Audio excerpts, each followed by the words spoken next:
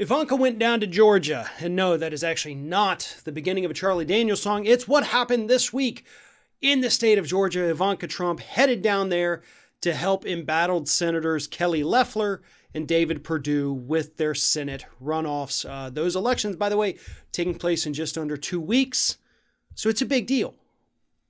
So Ivanka heads down to Georgia, holds a little rally where she absolutely lies her face off to the crowd.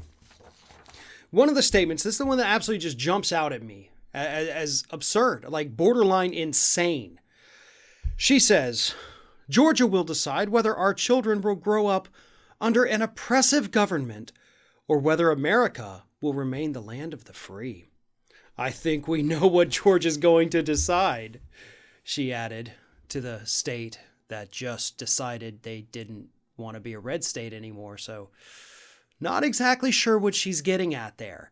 The rally ended with everybody cheering, "Fight for Trump, fight for Trump, fight for Trump."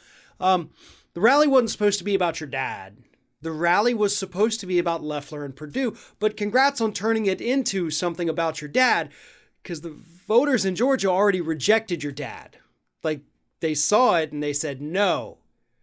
So if you want to make it about him, good luck. That's a very stupid strategy, but nobody's really ever accused anyone in the Trump family of doing something smart. So good job there. Fight for Trump. Fight for Trump. He already lost, but fight for Trump. Here's the thing about her original statement. Like, you have the choice. Will our kids grow up under an oppressive government? Are you freaking kidding me, Ivanka?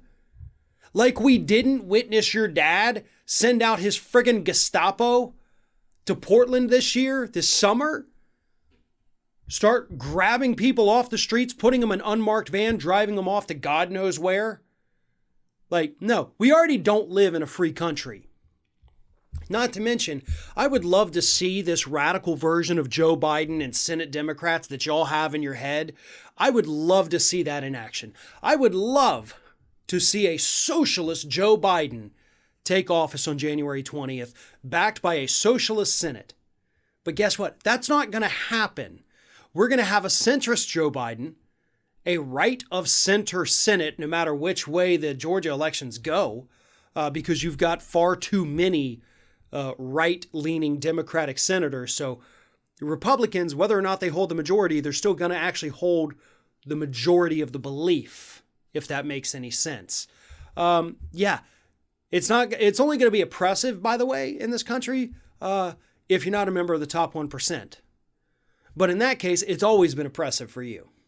Like this stimulus relief package, that's oppressive for us. It's pennies for us. It's insulting to us. Nearly $1 trillion, and we get the table scraps. Foreign countries are getting more money than we are. You know, they put money aside in that relief package to overthrow the government of Venezuela. That's getting more money than we are. But anyway, no, Ivanka's wrong. We already live under an oppressive government. Her father's has been an exceptionally oppressive federal government. And the voters of Georgia have already told Trump, we don't like you. More of us don't like you than do like you. So if Ivanka wants to go down to Georgia and make it all about her daddy, yeah, that's not going to end well for Perdue and Leffler. And in that case, I'm all for it.